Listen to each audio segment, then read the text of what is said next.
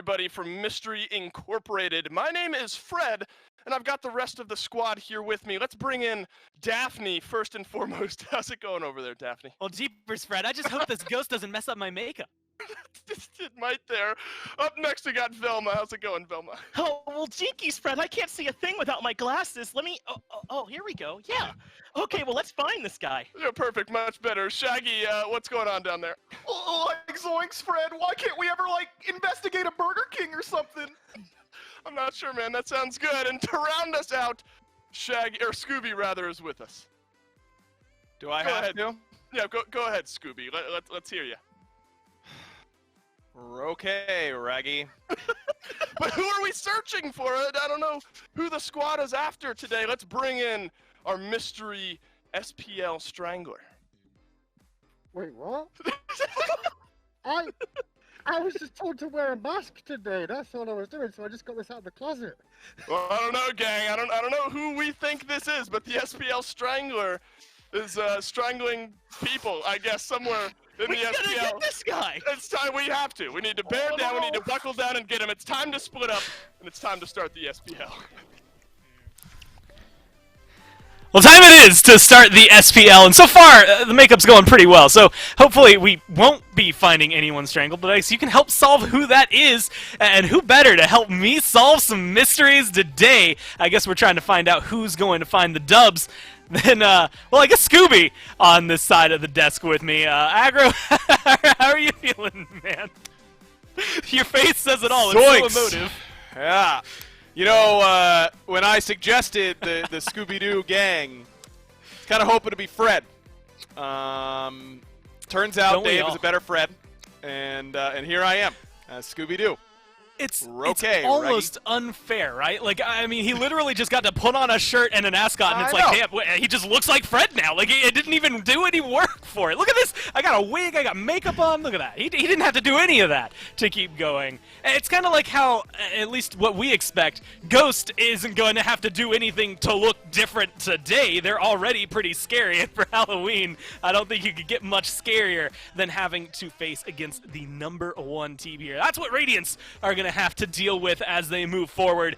A lot of effort, I think, that could go into this, although, granted, it's the end of the season for both of these teams, and maybe more so for Radiance than it is for Ghost. There is a little bit of weight, because if they can win this and Sanguine lose, they could potentially jump up in the standings.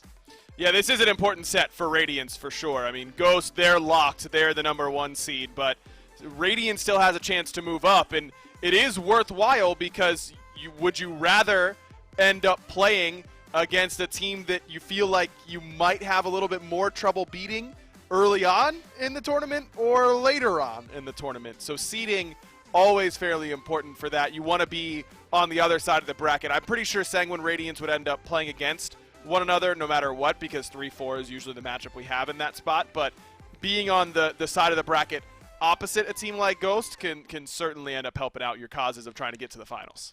Well, they're going to have to get through Ghost, as you had said, and to realistically deal with Ghost here for Radiance, you have to take out FineOK, who notably lately has been willing to pick a lot more, I think, just a wide variety. We've already seen a wide variety from him, and I actually noticed it a little bit earlier so far. His King Arthur, as of right now, has been the most deadly thing for Ghost. If you give it to him, they are just more likely to win because of how well he has been playing on this. Yeah, I thought that was my favorite gore stat of the week last week that you put out there. You know, everyone thinks about Mike's Hercules or Yamoja or maybe something like Hebo for Captain Twig, but really it's been FineOK on this Arthur that has been really, really dominant for this Ghost squad, just giving him pressure on that right side of the map and allowing him to control blue buff invades really effectively. Him and Sam work so well together that it's pretty hard to stop Ghost once they get that type of momentum going. It's actually interesting. I brought it up again just to look at it, but of their top 5, realistically, like I mean, Cupid, King Arthur are both up there with 14 games, 13 games respectively, and then 12 wins and 11 wins respectively. Like, they're both just 2 off of how many they've been able to do. So they're deadly. I guess it's just the best way to say it. Ghost maybe killed in a past life to become a ghost, but now are haunting everybody in the league. And so it's up to Radiance to deal with this, and I want to say maybe Poor Soul, maybe not Poor Soul. You look at it, Benji's the one that's going to have to take him on head-to-head in lane, And realistically, it doesn't seem like it'll be that bad for you just because Benji has such a good history in this lane. I mean, he's definitely one of the premier solo laners that the SPL has ever seen, without a doubt. But I do wonder what he's going to go to. Recently, it's been a ton of Nike for him over there in that solo lane, and he's not the only one playing it. A lot of teams are picking up this god, but it really isn't winning that much. Her win percentage has not been particularly inspiring. Now, if I had to guess, I don't have the Gore stats right in front of me, but if I had to guess who was doing the majority of the winning on that Nike pick, it would likely be Benji, but you know that he's got a god pool that is capable of just more than that. I wonder if they're going to give him something a little bit more lane dominant, like a Wukong, to try and deal with Final K today. We'll have to see. They've been changing around a lot. I think eyes are on Radiance. Maybe not even today. This is a good heat check for him. If things go hyper serious for Ghost and Radiance, then we can expect it to be a very good heat check to showcase whether or not this is a team that we have to keep our eyes on there in playoffs. If it doesn't, they're still a team we have to keep our eyes on. We just maybe won't have as many detail points going into playoffs to be able to talk about it. But we did get to sit down with Benji to see how he was feeling going into today's set and what exactly Radiance are going to be able to bring. Well, I'm here with Benji, solo laner for Radiance. And Benji, you guys are on a 4-set win streak right now. I think that includes PK and Space Station. So from your perspective, what was the change you guys made to get back on track? To be honest, we didn't really change anything. We kind of just kept doing what we've been doing, and it started working, I guess. I feel like some of the stuff that SSG did specifically versus us was a little weird, so I'm not sure if it's other teams just maybe slacking a bit, but it really doesn't feel like we've changed that much to me. As long as you all are still, work on getting things going the right way, then I like to hear it. This phase, you're tied with Ghost 1-1, and that's what you're going to be playing today. What do you guys need to execute on to make sure that you're beating Ghost here this week, or are you guys going to go about it same as normal? Yeah, it's just same as normal. We haven't even really prepped that much for it, because it probably won't have, seeding implications for us. So yeah, I mean, I'm probably just going to run it down, who knows. Well, that's a good point. You say you're going to try to run it down, but you are playing against Fine, who's often a big win condition for this Ghost team. What are you looking to do to make sure that you have more of an impact than him, than Fine? Okay. Usually winning lane helps with that, so I might mess around and do that, Might mess around and just play better, dude. I think that's a good start. Yeah. Finally, this Ghost set is your final regular season set just of the year, right? You all are just into the playoffs mode after that. What do you need to see from your boys to make sure that you know that you're ready for Worlds coming up? Is there anything that you want to see from them in this set in particular? Yeah, the main thing for us, a lot of times when we're struggling, we'll look at our team play, and then we'll look at it a bit more and realize that a lot of it is just individual performances that are kind of slacking. And I really think with this team, if everyone is on point, we can beat anyone pretty easily. So that's really just what I'm looking for from the boys. As long as everyone is performing, I don't know who stops you guys. Thanks for taking some time to talk to me, Benji. Good luck in this big set. Yeah, thank you, man. For a guy that has such a big impact in the game, he's so soft-spoken in interviews, not just in this one. We've also done some player spotlights. We talked to Benji a lot throughout the year, and you can always go find that content on YouTube for us. But as of now, Aggro, I mean, everything that's laid out ahead of us, I'm sorry, every time I see the Scooby outfit, I forgot it was there. I still see me, and I had to sit down. Katie did my makeup for about 30 minutes before we had call time, so we even got to sit around for that. But I completely forgot about being our young Scoobert here. Either way, it's looking like it's going to be a fun one. Sounds interesting, at least from Benji's perspective. Look, I mean, no one runs it down better than Mike. That's a prideful player. Just did one of our one-on-one player spotlights with him. You can check that out on the SMITE Pro YouTube coming soon.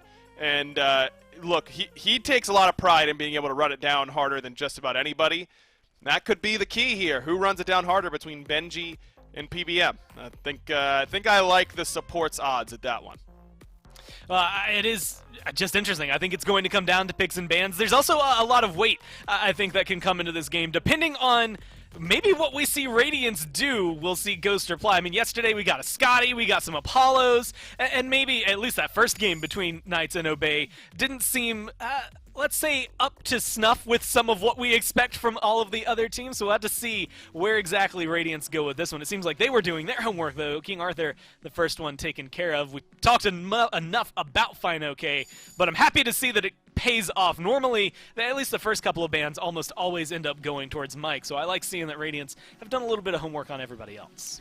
Do you think this is your fault, Gore? Do you think that Radiance looked at your Twitter and they were like, man, maybe we should ban that? Like, I don't know. Hopefully Biggie was doing that behind the scenes anyways, and they would have gone with the Arthur ban, but maybe you threw Biggie a bone with that one right there. I feel like Radiance from this position is just going to try and take out a lot of comfort picks for Ghost, and that's what they've done with the Hebo and the Awilix bans after that Arthur ban. So now you've got Cupid open is the first one that I'm looking at. Persephone open as well. Big Man has gone to that pick a decent amount, but will they go it thinking that Twig would take it on the backswing? If you go Persephone here, then that leaves open Cupid Hercules for Ghost, which is a pretty strong duo lane to start with. That's a scary one to go up against as well. I mean, already I'm trying to imagine giving a Hercules over period is, well, at least feels like it would be deadly if Ghost even want to go that route. They're actually going to pick up the set over the two that you had mentioned. Hercules Cupid could still slot in here. Set, this is the hardest thing in the world when he's first pick and there's nothing else to really extrapolate from, because he could go jungle, solo, we've seen for Fine OK, we've seen it go mid, we've seen it go carry. He has 4 roles. Honestly, the fact that we've seen Fenrir come out from Mike the last little bit makes me wonder if he would be the one to try it over there in support. They grabbed that Cupid, so maybe eliminating at least one of those other roles. This set still up in the air. I'm a little surprised, though, Gore, because Ghost hasn't shown us that they will pick set yet. This kind of set-centric meta that's developing right before playoffs, Ghost hasn't really been a part of that quite yet. And now we get a chance to see where they're going to prioritize this set pick. We've seen Fine OK play it before in solo, but that felt to me like more of a counter pick up against Cthulhu in particular. Now Ghost showing that they're willing to top 2 it. And then depending on where they put this, if they're giving it to Fine OK, if they're giving it to Salmon, or if they're giving it to Twig, I think that is telling to some degree. I'm a little surprised that Ghost is willing to give up that information in a set that really doesn't mean that much to them. We'll have to see how the rest of this unfolds. Heimdall, Sun Wukong come through there for Radiance, and the Tsukuyomi coming through. I don't know that we've gotten to see that much, if at all, over here. Maybe once. I don't see it in my list, but I'm just taking a cursory glance. So Ghost maybe just trying to get some more gods under their belt at this point, and this is a good way to practice it. But alongside the set, and this is going to sound really weird unless you watch the Challenger Circuit, but honestly, because of what we've seen in the Challenger Circuit, both of them able to kind of flex into some other roles. At least in the SPL, we've only seen Tsukuyomi jungle, so that maybe, again, takes away another place for that set to go, but they still keep it pretty ambiguous here for Ghost. They ban out the Kabrakan, the Anubis gets banned. There's maybe only one team in the league that is ever going to have that happen, and it has to be Ghost here. So far, again, for Radiance, it just feels like they are doing their homework. They know what they're doing going into this, and have so far been able to control Ghost a little bit. It feels to me like Radiance is now expecting that this is going solo in the set, and with 2 mage bans, they definitely feel like that set pick is for Fine OK and not for Captain Twig in the mid lane. And it feels like that would fit Ghost a little bit better to give it over to Fine, but don't forget that Captain Twig's played jungle most of his career, so it's not necessarily a slam dunk that he's not playing an assassin. I mean, he definitely has that capability in his back pocket. As they go to the Baron, this is going to be support almost 100%. This is a favorite of Mike's, loves playing this pick, and in a set where he gets just kind of play whatever he wants, it doesn't surprise me that he goes to the Baron. Yeah, when you're first and you know you're first, you don't have to give anything up at that point, right? You know where you're going to end up. And so even if Radiance come through with, I'm going to go ahead and say, admittedly, a very solid lineup. Persephone, Heimdall, Wukong, Cerberus, all 4 of those very heavy hitters. I think that you get a little bit of fun from Ghost, but then you also remember they're the top 5 mechanical players in the league right now, at least as a team. And honestly, there should still be a twinge of fear in your heart if you're Radiance, because even if they're just having a little bit of fun with it, they could absolutely bop with a comp like this coming out of nowhere. It has that surprise factor, I think is what we'll call it.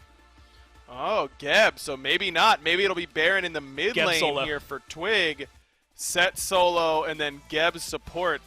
there for Mike. Looks like that is probably going to be the case. We've seen Baron get a bunch of buffs specifically geared towards putting him in the mid lane.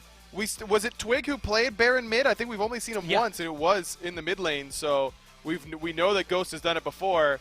I was expecting that to go support for sure, but with this Geb pick, I can't imagine that is going anywhere else. So I think we'll see the Baron in the mid, and I like it quite a bit. I think the pick can work.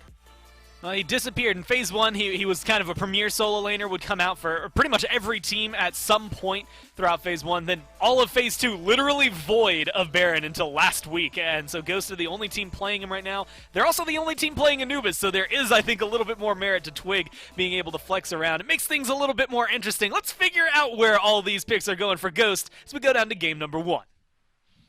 Thank you on the desk there, Daphne and Scooby. It'll be Velma and Shaggy picking it up as we move into game number 1. Doug, I don't know what costume you wore today, but whatever it is, I'm sure it looks great. And thank you for providing us the views. If you are at home and you think you know who wins, vote for us in chat, and we will move right into the action.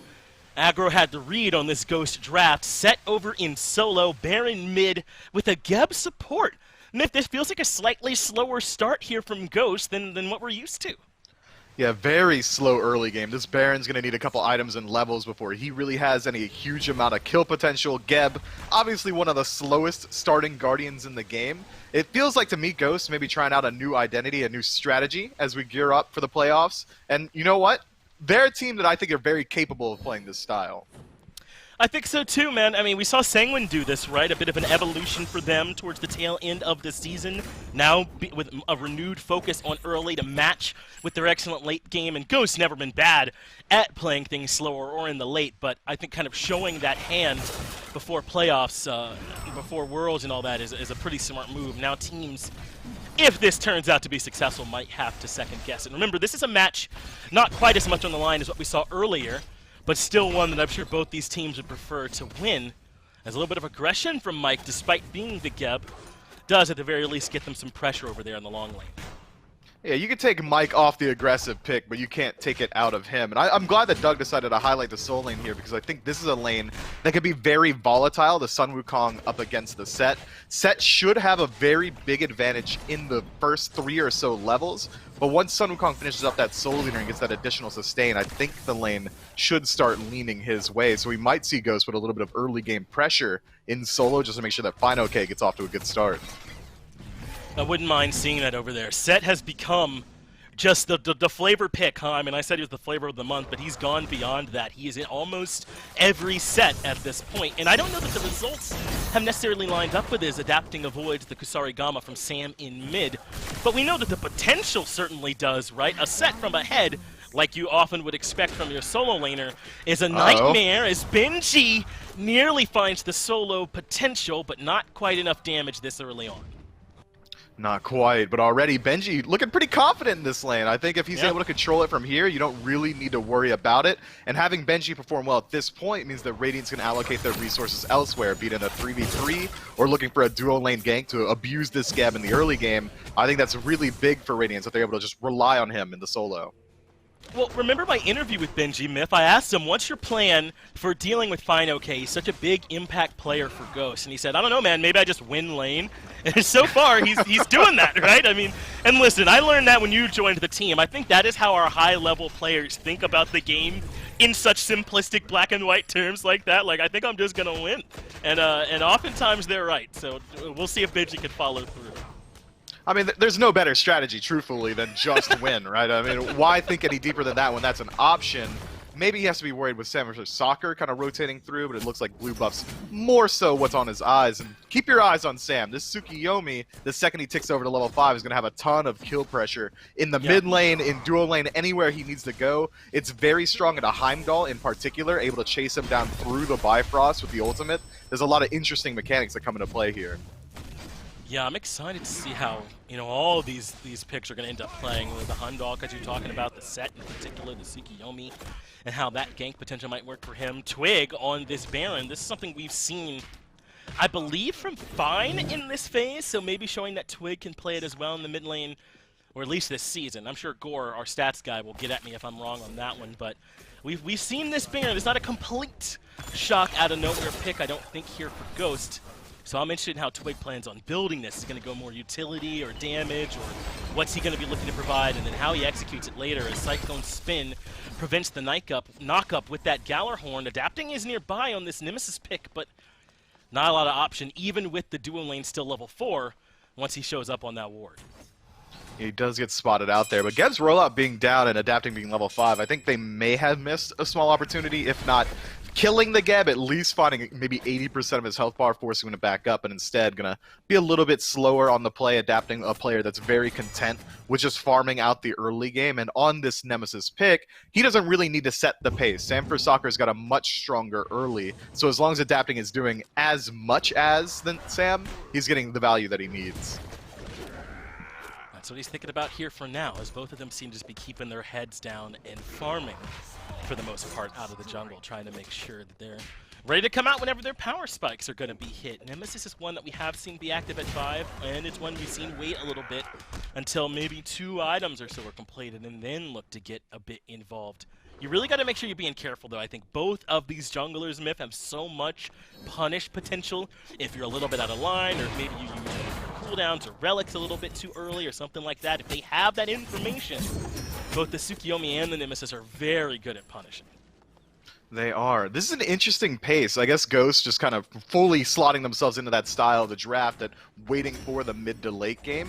But I think that they want to get involved a little bit earlier on because of the advantage they have out of the jungle right now. Sanford Soccer and the Tsukiyomi certainly outscaling Nemesis right now, and dragging Radiance into a 30-minute game might not necessarily benefit Ghost. They've got a Persephone, even the Cerberus adapting on this Nemesis, all going to scale incredibly well into the late game. And I think that Baron Samdi, come to 5-on-5, is going to struggle to find his spots. Lacking any sort of mobility up against a Nemesis is very hard to play against. We've seen Baron struggle in exactly that exact type of window, right? In knowing where to use these abilities. If he's not able to land the 2 and get that big heal for the squad, a little bit of the movement speed as well, then Baron feels a lot more lackluster. Then you're trying to see if you can find a spot for the Consigned Spirits, for the ult, and it can be tough, man. He's good, I think, when everything is connecting, but a lot of the times the Baron in Conquest and SPL can get a bit punished in that exact type of scenario. But Myth, I don't know if we're going to be seeing that happen for a while, right? Both teams seem very content with this slower pace to start. We're only 6 minutes in. Certainly no one has to look to be active by this point in the game with the drafts we're seeing, but just a bit surprised, specifically for Ghost, who are normally much more aggressive at this point. But the Gab, you know, the Baron, putting the set way over in solo, those things make me think they're very content with this pace. But Geb did pick up a blink in the early in that first relic slot, so I wouldn't be surprised to see him go in here as FineOK gets a little skirmish. Benji forcing using the Somersault Cloud. Nothing ventured, nothing gained, nothing really gained there except for that cooldown, but it does open him up to be a little bit worried about a gank from Sanford Soccer in the near future.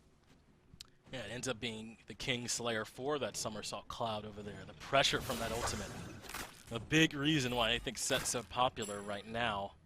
And Benji forced to give it some respect when he's that far up on his own, as Mike wants to be here early for this blue buff invade. At least I thought that was the idea, but Radiance show up in numbers. 3 members here, blue buff secured, and Ghost not going to step out of line here with this one, Miss. So it looks like we're certainly cozy. Both teams picking up the early blinks with no real early action. I mean, if we tick over to 12 for Wukong, for Aurora, for Mike, and you know, these picks, and there really hasn't been a ton of value gotten out of it, then I think you make a pretty good argument earlier. You're talking about how you thought at least all these blinks might make you think there's some aggression, but so far we haven't seen it. We have not, but already, look, the teams are starting to separate themselves. Radiance is doing a very good job farming up the neutral objectives, the right camps. They've been doing everything that they can to find gold wherever it is without looking for actual conflict, and already about 1,000 gold puts them ahead. That's clean play on the map. Ghost getting a little bit outpaced. Yeah, it actually can't be anything else, right? Because there have not been any skirmishes or anything like that, so some little small edges that Radiance have been able to find so far just off of the map. I've given them a nice little advantage to start with. Now we can start to see some of these secondary items come in to give us an idea of where everyone's going. Doom Orb for both of our mid laners, kind of a must, I feel like, for Baron with his limited mobility. The binding is something Aurora likes to get that he has as Mike. Rolls into mid. Ends up not being anything there, so that's a little bit of a roll only we here as the audience get to see. And I guess Mike's heading off somewhere else. You know, I'm surprised to see that FineOK elects not to go for the Soul Eater path, just to match the sustain that Benji's getting. It looks like it is going to be the Berserker's Shield instead, helping out a little bit with that gank potential if he does decide to rotate into the mid-fight, or even help out with a gank onto Benji with Sanford Soccer coming in. Well, Sanford Soccer is nearby, but Sanford Soccer not going to be looking for any pressure. Still the ultimate available here for Benji, and apparently that is indeed enough for them to be able to push everybody else back out. It'll be the Berserker Shield early here for FineOK as that second item. I think we expected it with that Tower Shield sitting there for him. So he's expecting to get in and get lots of autos off to be able to leverage the rest of his build later on in the game as well and find a decent way to get these long-term fights going. We know exactly what type of identity we can expect from Fine and what we can expect from adapting to. It's stone cutting early from him. Sometimes you see Golden Blade, but perhaps not needed. If there's not really any pressure on you in the jungle, right? You don't need that increased clear speed. He's A-okay moving around like this. A little bit behind Sam for sure as he's splitting some of this farm. I guess something to keep your eye on. Radiance have some leads like in mid, but not necessarily in the jungle. And unfortunately for Radiance, even though they are about 1,500, nearly 2k up at this point, and we're getting to the point where Gold Fury is normally in contention, neither team has a real mid laner that can contend with this objective. Neither one can confirm it easily. Big Man Tings, the Grasp of Death, much better used inside the team fight. Doesn't do a crazy amount of burst to objectives, so Radiance likely aren't going to feel confident in pulling it in the early game unless they're able to find a pick first. And the exact same can be said of Ghost, Baron Samdi. His burst, probably even worse. Bone Rush might be the hardest hitting ability on the map right now. You know what I can't stop thinking about though, Myth? Gore and I both are playing the women from Scooby-Doo, right? I'm Velma today. Yep, you are. But Gore's looking good, huh? He's got the wig in, the makeup and all that stuff. He's putting me to shame.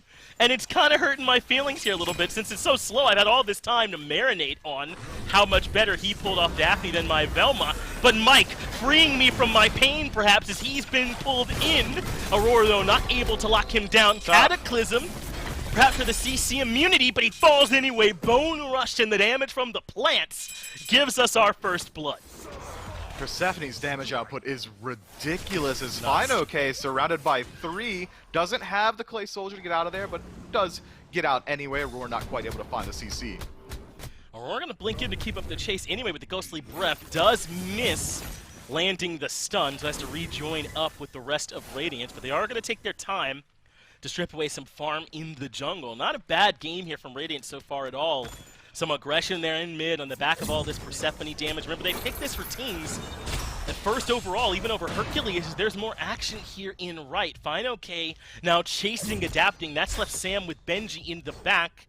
But a good blink from adapting gets him out of any trouble.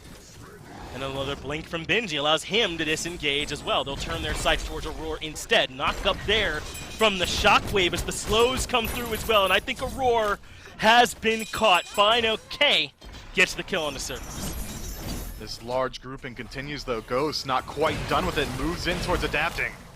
What happened? We had no action, and then suddenly we're A-ramming it here in the jungle. Mike falls as well. Grasp of Death sets up for adapting to find a double kill in the jungle.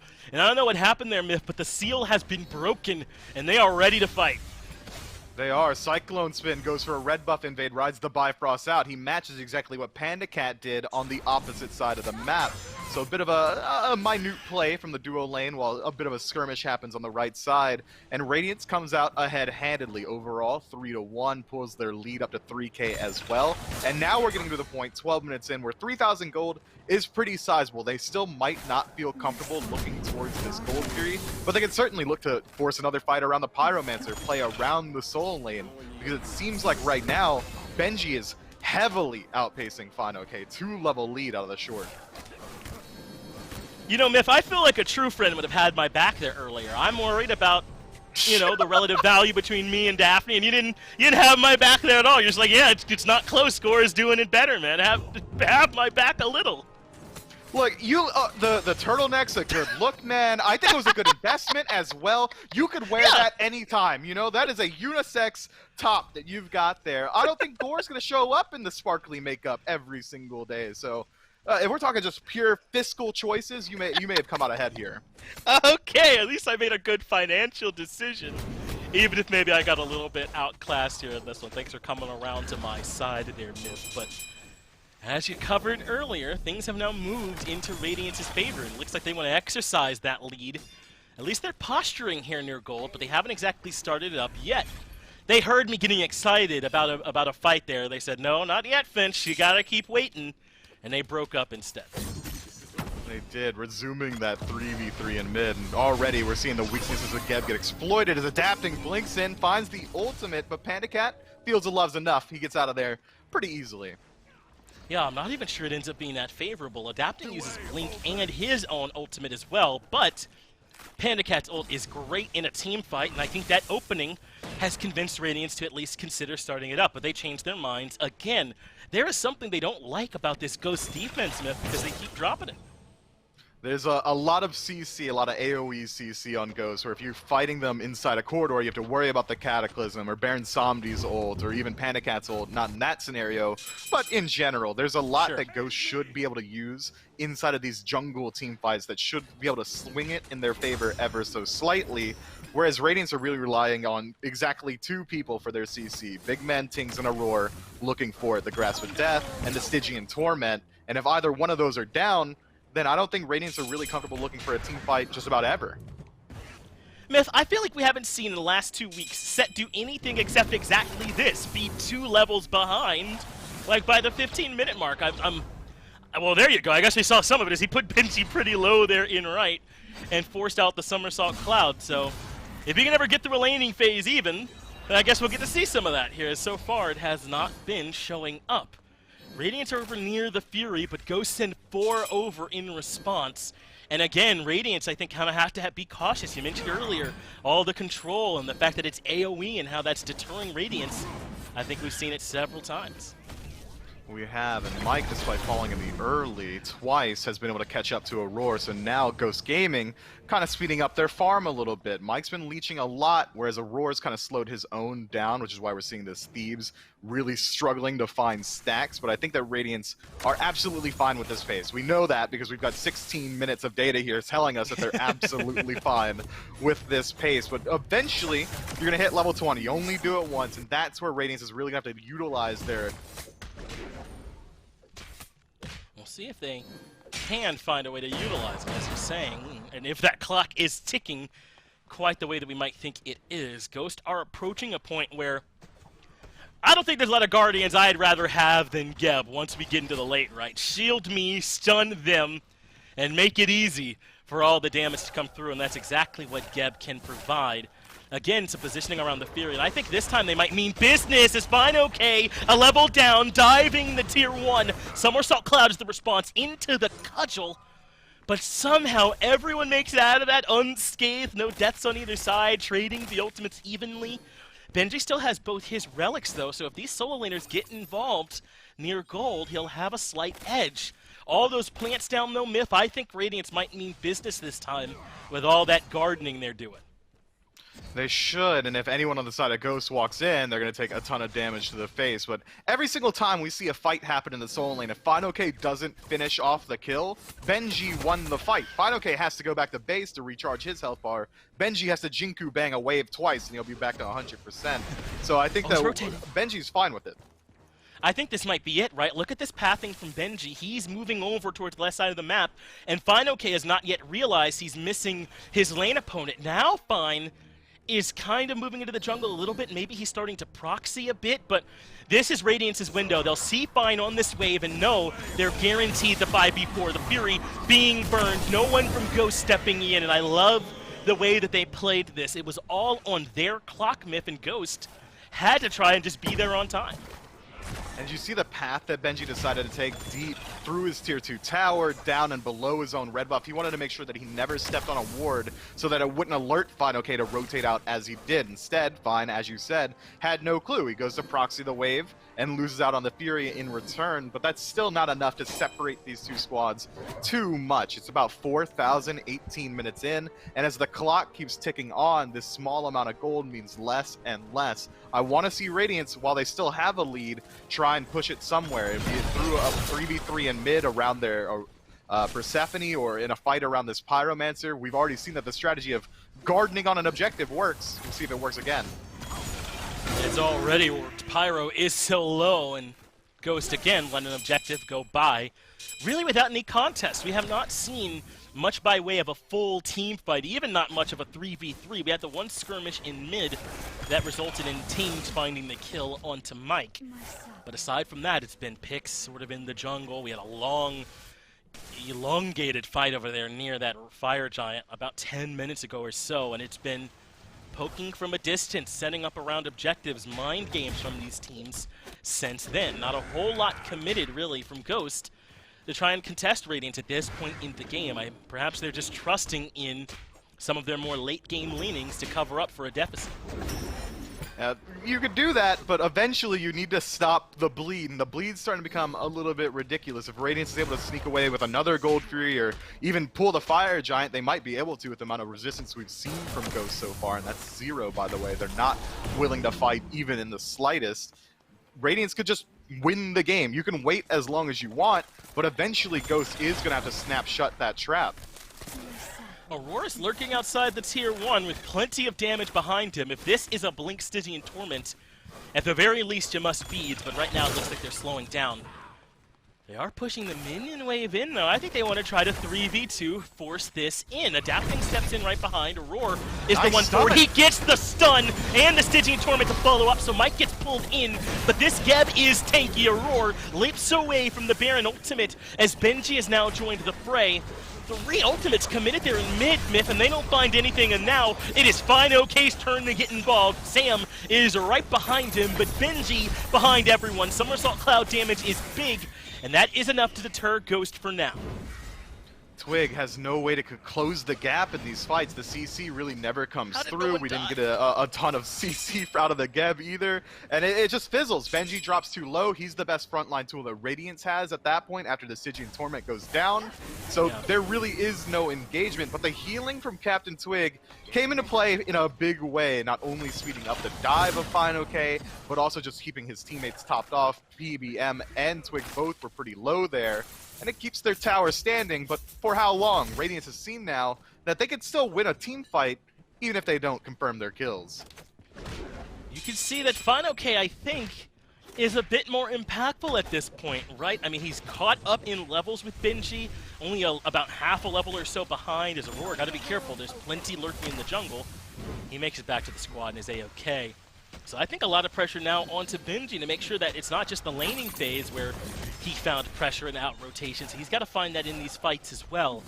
Radiance getting a ton of poke, though, from Persephone. I feel like that is Baron's best thing, and Persephone does it so much better. Yeah, Baron's only hope in these fights is he's not matching the poke, but he might be able to heal up a little bit of the poke and win that way slowly throughout a long team fight. But that was one of the best scenarios that we could have seen for Fine OK to pop off. All those ultimates used by Radiance before he even has the chance to show up, and he still didn't get as much value as I would have liked. Adapting, not able to find the slice and dice slow. Good retreat from Fine. Now he blinks in, ultimate dropped.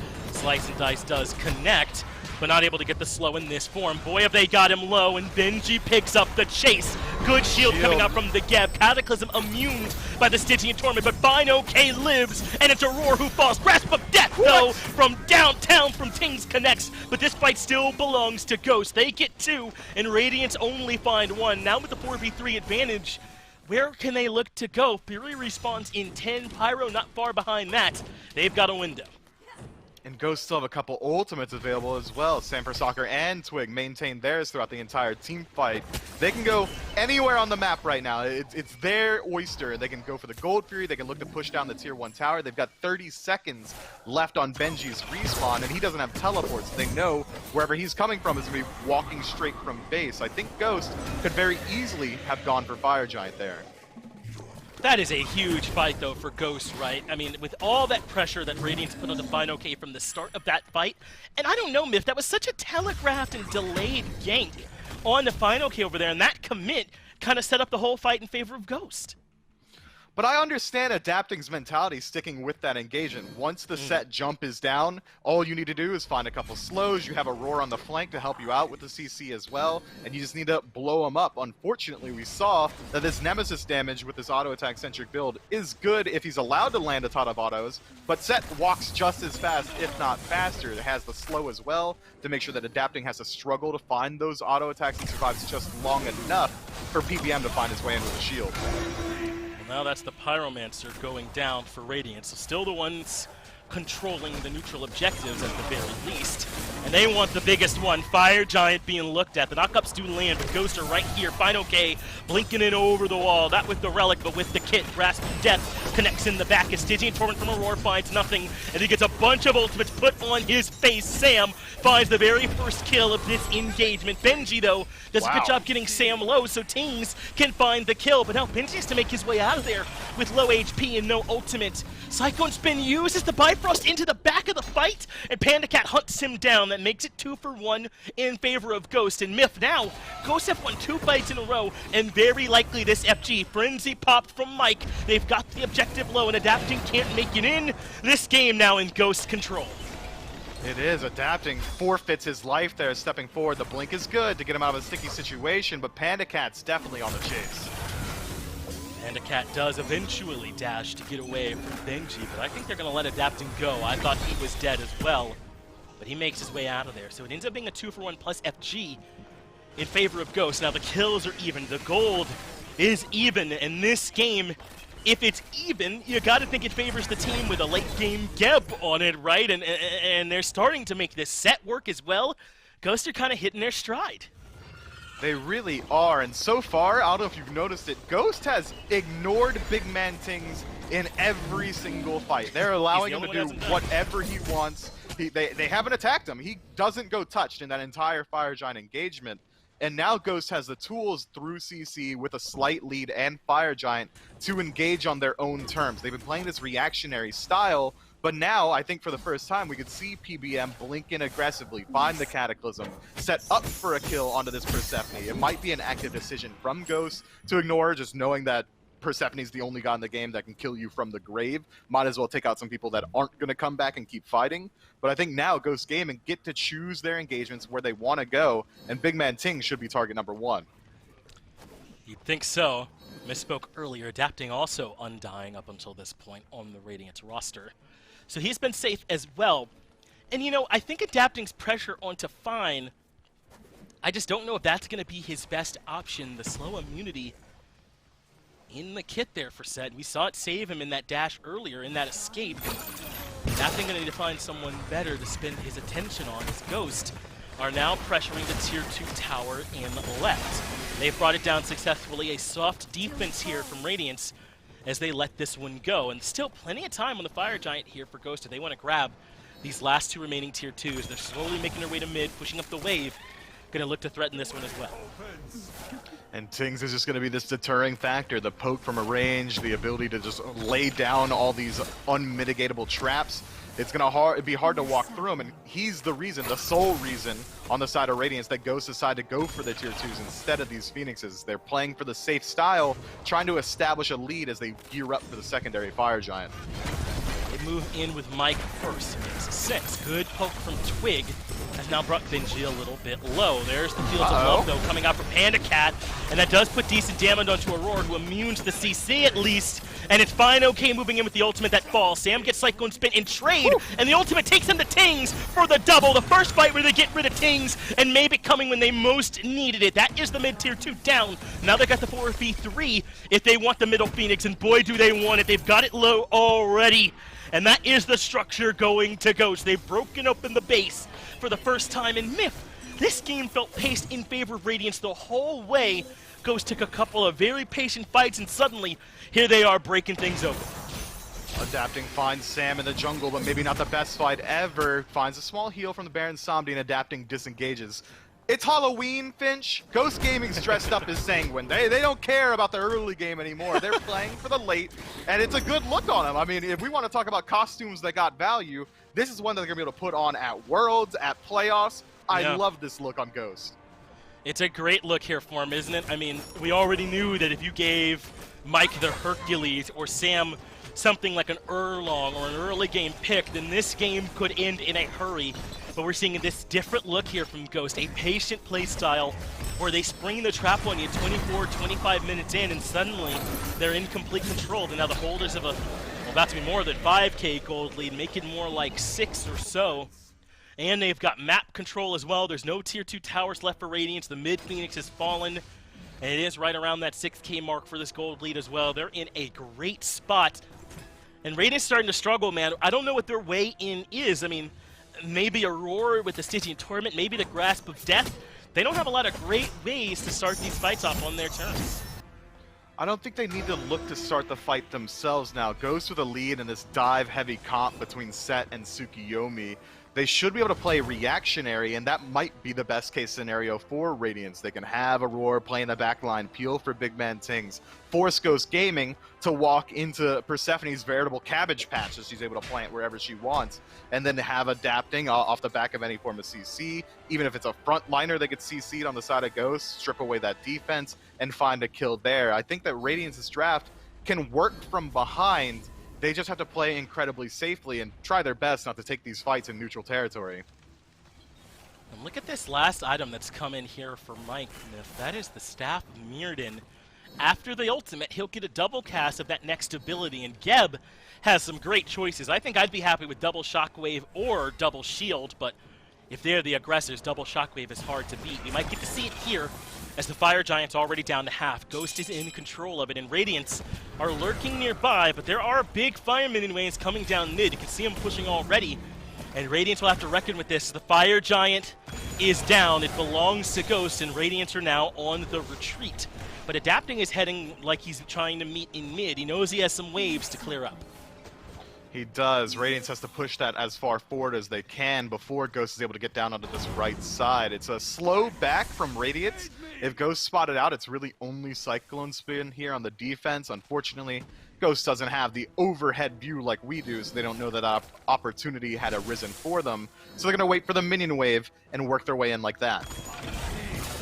So it'll be a 4-1 split, at least for now. Sam pushes up the midway, so there's pressure in both lanes, and has now rejoined the squad. It'll be a full 5-on-5 here in right. Relics are available for everyone. No Frenzy for Mike for this one, but still has that Mirrodin, so it's almost like having another relic. It feels like giving you that extra ability. Now they're splitting things up more. Final K pushing mid. Sam is pushing left. It's a 3-1-1 split here at this point, and Final K is going to join Sam for a 3-2 with the map completely split. Myth, I love this.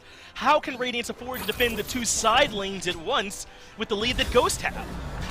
I don't envy him, and it seems like Aurora wants to fight now. They're split up. Let's go in, but he loses his life.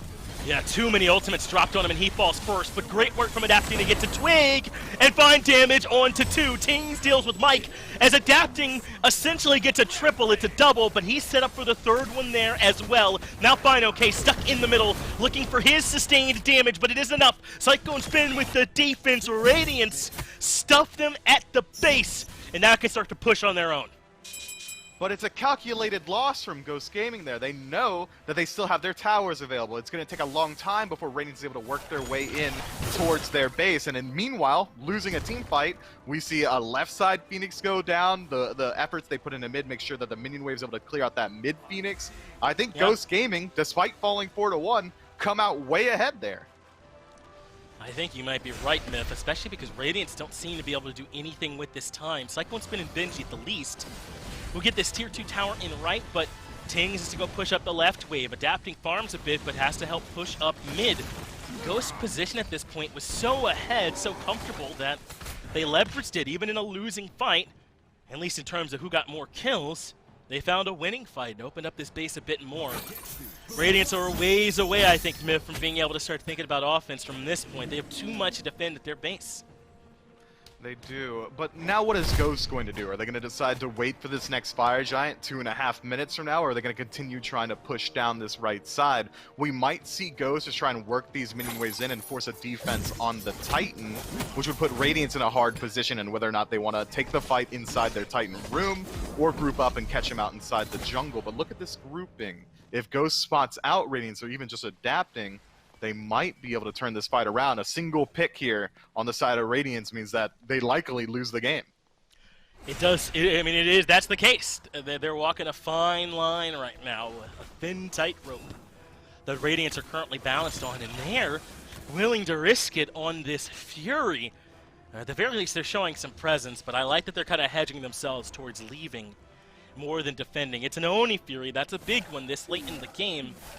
And I guess Radiance don't want to give it up here for free. They're only down 4K, and there isn't really much Fire Giant on Ghost. It's just the one on Sam. So in terms of just the fight, they're not that far behind in it. It's just the map pressure. And they've got the waves pushed up. Maybe this isn't such a bad call from Radiance after all. But the longer the fight fizzles, the longer Ghost is able to just keep Radiance standing here, those waves that are pushed up aren't going to remain that way. Aurora recognized exactly what you mean. Stitchy Torment in the back forces Twig to use the ultimate. And way into the backline, though, there's a low member. Sam for Soccer has already melted Tings. Good ultimate from Cyclone Spin stops the aggression, at least for a moment. But Sam is still here. Sam buys some space, but Cyclone Spin's damage is nuts. That puts Sam in a seat, and Cyclone Spin finds the kill. It's 1-for-1 jungle for mid. But look at the minions, Myth. This is why Ghost always had the advantage. The minions are pushing onto the Titan. Cyclone Spin has to go to left to defend, and Ghost ends up with the Fury anyway. That fight goes as well for Radiance as you could have possibly hoped for. Adapting looped around the back and zoned out 3 core members of Ghost's fight, and Radiance only barely win their 4 versus 1 in their own back line up against Sam for Soccer. I don't think you can rely on adapting to distract 3 members every single time and make it out of there alive. But it does slow down the push ever so slightly. Ghosts still come away with the objective. They still trade out a member. And Fire Giant respawning right now, I don't think Radiance can feel confident stepping up to it. Yet they do have a little bit of presence here. Now there's Oni waves pouring down every wave, on top of the fact that this most recent spawn are still fire minions as well. Really tough to deal with. But Cyclone Spin takes care of the ones in left. Benji and Tings are in mid. Meanwhile, Fine OK's in trouble. Fields of Love on him. Too much damage from Fine. And a huge shutdown kill for Ghost. The first kill onto Adapting all game. They pull in Aurora with that Life of the Party ultimate. That puts Aurora in trouble. Good mantle proc. Keeps him alive for the moment. Into the backline goes Benji to try and create some space. It does save Aurora's life as the Grasp of Death comes through, but it leaves Benji in an awful position up into the ultimate. He's able to survive. Good work from the front line there, balancing aggro, and they're able to get everyone except Adapting out. Yeah, a slight misplay around the Geb ultimate didn't completely cover the CC chain properly, allows Aurora to make it out of there alive, but that mid Phoenix so low has 1 more fire minion wave. It should be enough to distract big man Tings for a little bit longer, opening up an opportunity for Ghost to steal away a fire. They have got it pulled, it's low, and Ghost claim it. Fine OK on the hunt will force Benji to play defensively and leave. So the mid Phoenix very low, left Phoenix very low, and there's still a fire wave over there in left that has met up with some order side minions. So still the threat continues for Radiance. This is how difficult it is to fight. Once you've lost 2 Phoenixes, you have so much to defend, and Sam just goes up and takes the middle Phoenix. That belongs to Ghost now, and now they have to somehow deal with the left Phoenix as well while defending all the pressure in right. And here's the thing about Tsukiyomi. Sam, with Enhanced Fire Giant, doesn't even need to walk into these Phoenixes to take them. He can poke them from just outside the range, but Ghosts want the fight anyway. BH from Tings gets him out of the Cataclysm from Mike, but Aurora is the one low. He and Benji are in the back line, and Stygian Torment finds no one. Tings is in the clutches of Fine OK, and no one escapes from that. Adapting at least gets Sam in charade, as Captain Twig finds a way to kill Aurora. Ting still doing damage from the grave, Adapting finds his window and moves in looking for Twig. Twig now low, Cyclone Spin kills him, and it's 2 for 2 so far, but Fine OK still in the thick of it. Still looking for Cyclone Spin, who can't use the Bifrost, who's low on mana and cannot live through it. Adapting gets the trade, so it's 3 for 3, but there's minions getting close to the left side Phoenix. That's why Panda Cat keeps up the chase onto Benji. Not enough for the kill, but the heart bomb. Benji takes a deadly package back to Adapting, and it costs him his life. Gives Panda Cat a double kill in Myth. I think that's just the game. Mike can tank and Panda Cat can end. If I'm Adapting right there, man, I am raging. Keyboard broken over the knee. Benji needs to hold that L on his own. He didn't have to drag me down with him. We see Benji goes for the pre-beads there to try and avoid out the stun, but just a little bit too soon. Ghost Gaming, well played. It absolutely was a patient game from Ghost here. And that mystery ends up solved by the tail in there, Shaggy, who's joining me here, has been all along.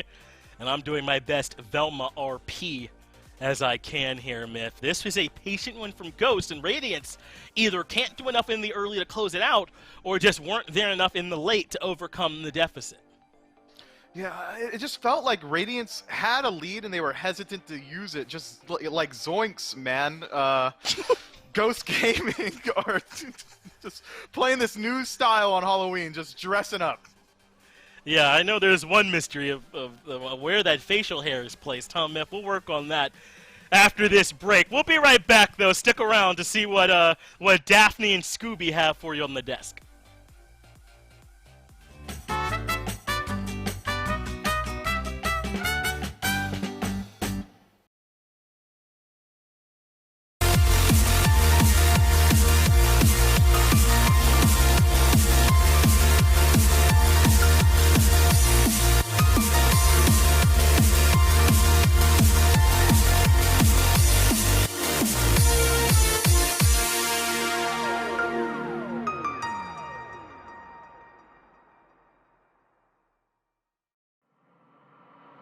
Running full system diagnostics.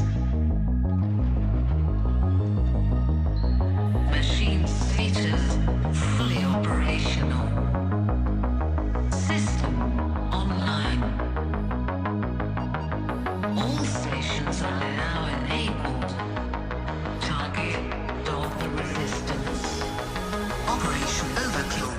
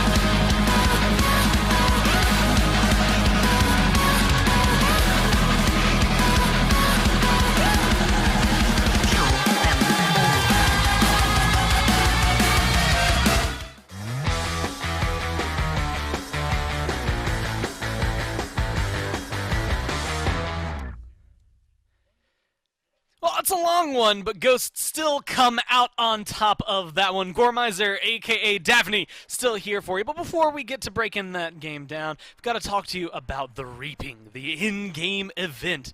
Tricks and treats that are going to be going, and I believe until just today, as Halloween is what marks the end of it. You can get discounts on all of your favorite spooky-filled chests, and if you log in each day, you can get in-game events as well as giveaways. So make sure that you're getting those rewards. If you haven't already, today, I believe, is your last chance. There were jump stamps, avatars, all sorts of good stuff that you could get just for logging in, playing a few games, getting some wins. So make sure you get out there and play some Smite, because then you can try to emulate what we just saw from Ghost. Maybe you and 4 friends if you're lucky enough. Because Aggro, I guess I should say Scooby, as I was talking to you backstage while we were watching that, at first I was giving it up and I was kind of like, this seems almost jokey from Ghost in terms of a composition. And then I remembered Geb Shield and how much health it gives you, and it got to the certain point where it's like, it doesn't matter who he puts that on, they've got 2 tanks at any given time. And look, everyone thinks of Mike as the aggressive support guy, and for good reason. He does that very, very well, but people forget that at the very beginning of his career, he was a very big Geb Athena player back in the day, a little bit more traditional support, and clearly still got it on that pick. Final K in these team fights, though, was an absolute menace. I mean, he was putting out so much damage and taking so much damage and being able to shrug almost all of it off anyways. I was really impressed with his set game. Panda Cat was lights out on this Cupid, constantly just standing where he needed to stand, made sure that it was very hard to go on him, and then ended up punishing all of this very aggressive dive from Radiance, including the heart bomb that he put on Benji, which was then delivered to Adapting to kill him, which was a very big rut-row, if you ask me. 33,000 damage. A lot of it coming down from... I think it's interesting. You see 30,000 damage from Tings, Final K at 33,000, and yet, of course, the people who have the best slash lines in the game are Adapting and Panda Cat, who, well, Panda Cat's still able to put up 22k, Adapting lowest on his team, save for Aurora. Maybe finding some last hits in there. Either way, Ghost Gaming looked pretty solid throughout all this. I think it's just difficult to deal with. You get the life of the party from the Baron pulling everybody into then a Fields of Love or a Cataclysm, or if you're unlucky, both at the same time. It just felt like they were perpetually locked there. And Ghost just had a really good CC comp for team fights, even though sometimes it didn't quite go their way. Look, Ghost backline is just so good at taking these initiations and then turning them around for their favor. Panda Cat and Twig work so well together on laying down Fields of Love directly into life of the party so that Aurora can't just jump out of it, and then you're insta-killing the tank. You're getting some damage off on everybody else at the same time. Mike is there to peel, and then Sam and Final K are kind of allowed to just go into the backline and do whatever they're going to do, which is basically just eviscerate the enemy backline because they aren't doing quite as well. This Ghost team, when they're playing like this, they're just tough to beat. And this was with Radiance, I think, playing the early game very, very well. I thought Adapting had one of his better early games he's had recently in Phase 2. Benji was making early rotations. This was an objective-oriented game early on here for Radiance. I thought they did a good job of that.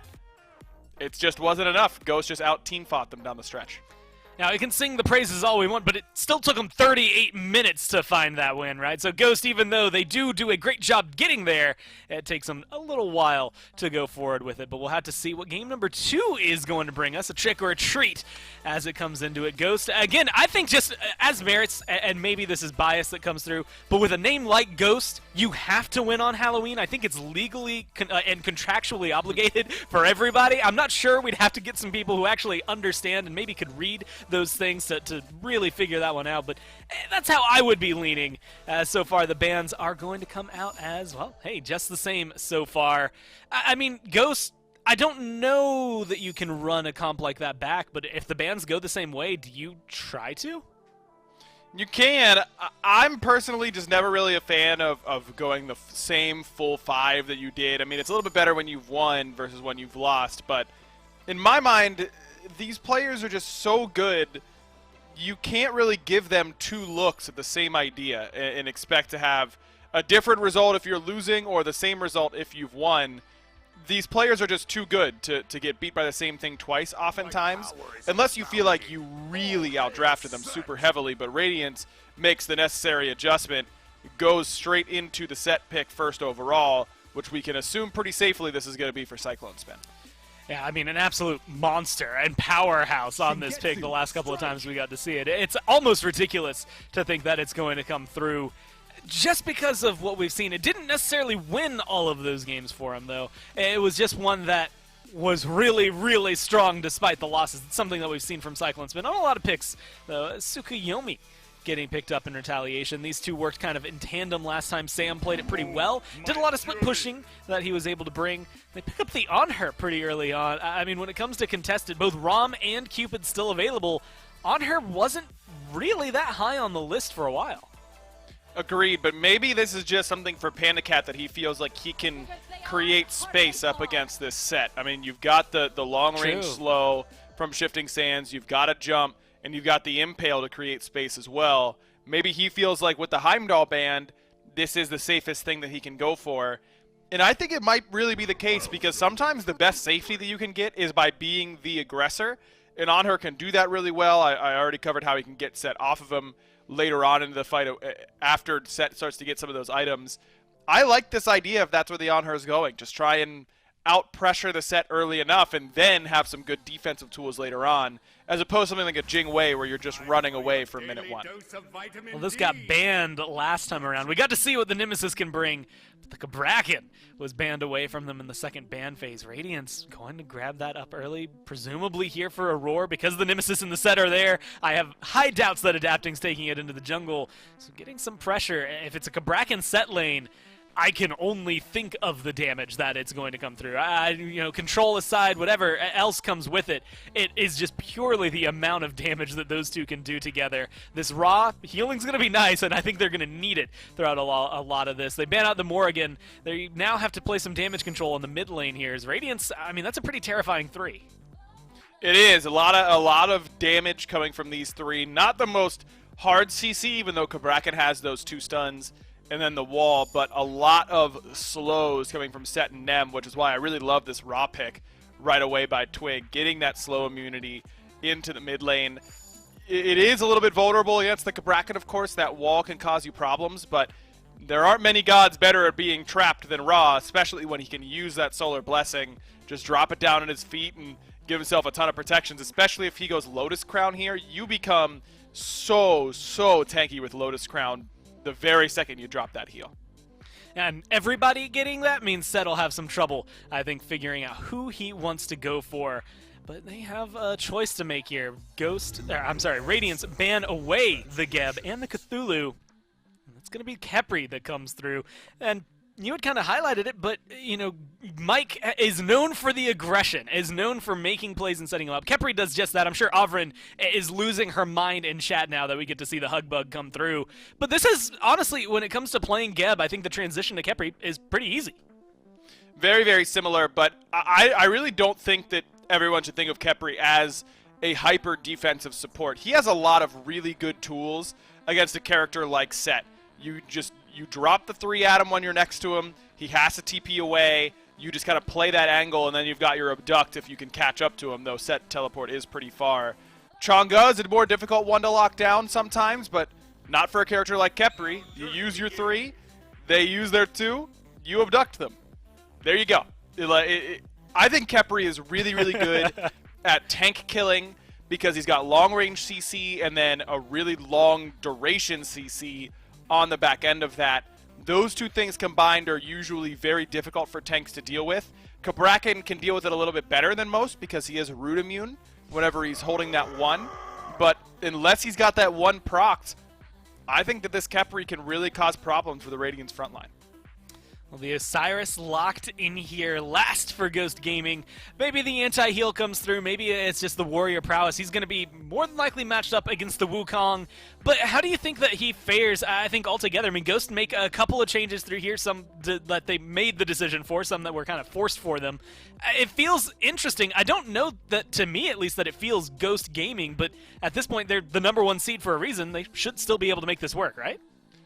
I think they definitely can. They've got good teamfight presence between every one of their characters. They've got the out-of-combat sustain, and Radiance has done a decent job in matching that now with the Chang'e, but really Ghost just has to make sure that they aren't getting all-in by this Set really, really effectively. And now between the Ra heal, Rising Dawn, Scarab's Blessing, Judgment Tether, you've got a lot of good ways to dissuade Cyclone Spin from popping off in your backline. Well, it's time to find out whether or not Radiance are Ghostbusters or if Ghost will just win this one 2-0. Let's go down to Game 2 and figure it out. Hey, that's another great group-themed costume, huh? Ghostbusters. Can Radiance pull it off, or is it already too late to get a costume in? Let's move into Game 2 here with Finch and Mifflin still. Doug, the one spectating here for us, and Ghost the one on the precipice of finding a win. Sam, back on the Tsukiyomi, but Twig with a different look. Everyone else with a different look here this time. The Ra, the Khepri, the Anhur, the Osiris. I think it makes a lot of sense what this team is trying to do. Reliable setup and great damage as the follow-up. Just an incredibly standard draft from Ghost Gaming here. It doesn't really have a late game identity. It's not really early game centric either. This is classic Smite coming through, and I am pumped, Finch, to see On Her getting played outside the jungle. I don't want to see him in the jungle ever again, but I love seeing it in this Hunter role. We get to finally see how it's going to play out with the recent buffs. Disperse now comes on, gets off a little bit more quickly. The pre-fire frames have been reduced, and it makes it that much harder to lock him down, but it's going to be a hard lane up against this set. Yeah, not gonna be easy. Cyclone Spin taking the set ADC in to their elimination game. Of course, elimination from just a regular season game here in the middle, or at the end of the season rather, as Twig gets a lot of good poke here onto Tings.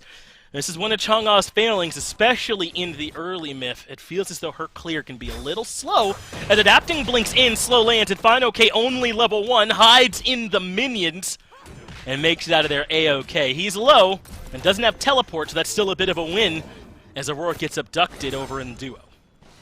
Yeah, not often you see Nemesis go for that early gank in the solo lane. You really need some hard CC to lock him down, because it takes a long time to kill someone at level 1. Fine OK very easily able to walk out of there. Now Benji's going to passively fall behind, having to split up that entire wave, whereas Fine OK gets it to himself. And an Osiris from ahead is an absolute lane bully, so I don't think that's the last we're going to see of Adapting in the solo, maybe trying to make up for that later on.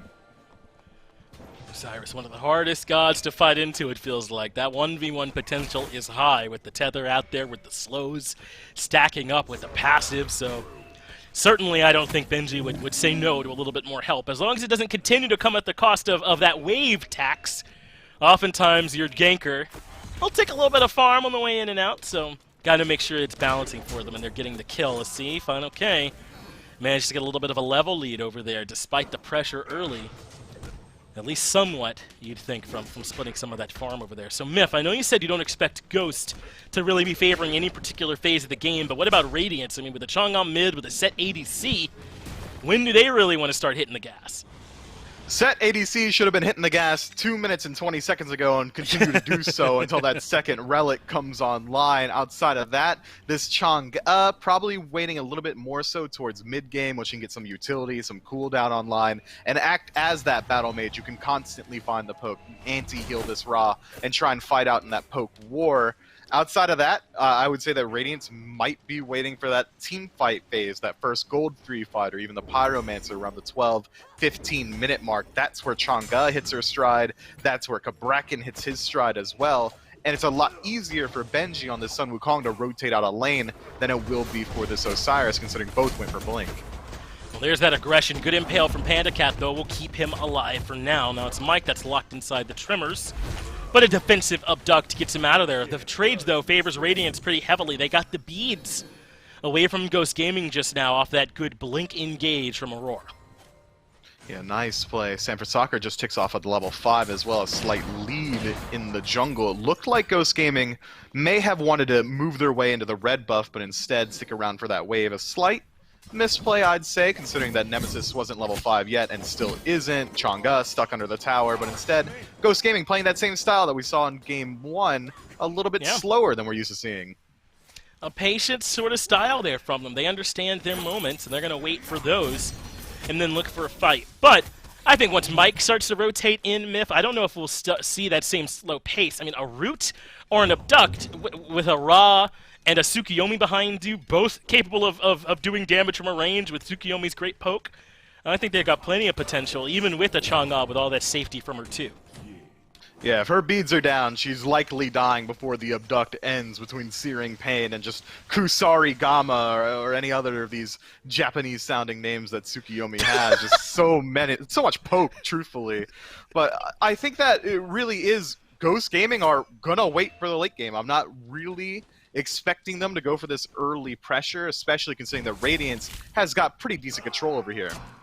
Oh, well, the reason we missed that is because solo kills don't happen all that often, especially with a Wukong, but Fine OK found one. Now there's action in duo lane as well, but Aurora and Cyclone Spin have retreated despite the hefty rotation from Ghost, or perhaps because of that hefty rotation, but that is huge. Fine OK again finding some diff and getting off to a great start there in solo. tough start. You don't want that Sun Wukong falling before he can finish up the Soul Eater. That item's so necessary if he wants to be able to hang into this lane. And now Fine-OK, who had pulled ahead naturally, is now pulling ahead a little bit unnaturally, adapting again, coming over and splitting a wave. Not I'm a behind, great steal look. my farm. Yeah, Come on, exactly. dude. I mean, it's a jungler, all right. We need it too, and he's the late game hyper carry. Let adapting do his thing. That's what. Well, that's gonna have to be what Benji hopefully thinks, because I know that's the kind of thing that would send me. I just died. I've never needed it more, bud, and now you're taking some of it. The adapting tax. Listen, I'm glad he showed some presence. I'm glad he's trying to help Benji even this lane out, but got to make sure they're doing it the right way. Here's a look back though at that solo kill that we weren't quite able to catch as it happened. A good stun in the middle of the Ox form, and then perhaps a little bit too late on charging this ultimate. Never.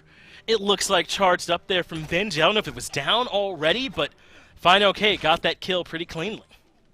He did. The ultimate was down there. I wonder how Fine-OK was able to force that one out. Maybe Fine-OK comes into lane at full health there. Maybe Benji had used it aggressively himself before we got to see it. And then Fine-OK backs, returns, comes in, finds the kill for himself. But that's an unfortunate start in the solo lane. Unless you're a Ghost fan, in which case, phenomenal start in the solo lane. Osiris from ahead is an Osiris that's going to be bullying you and be able to mitigate some of that rotation pressure that Benji should have on this Sun Wukong, be able to either keep him there or just out-rotate. If he follows him in the jungle, Fine-OK is always going to have the edge in the engagement. But Myth, and you could tell me a little bit more about the timing of this. I feel like it's a misplay to use your 72 transformations when the Judgment Tether is coming up there as Sam waits for a gank. Good poke lands onto Aurora. Aurora comes up to contest and is stuck on the back of those caltrops. He makes it out of there, though. But, I mean, I feel like you know relatively when that Tether stun's about to come through.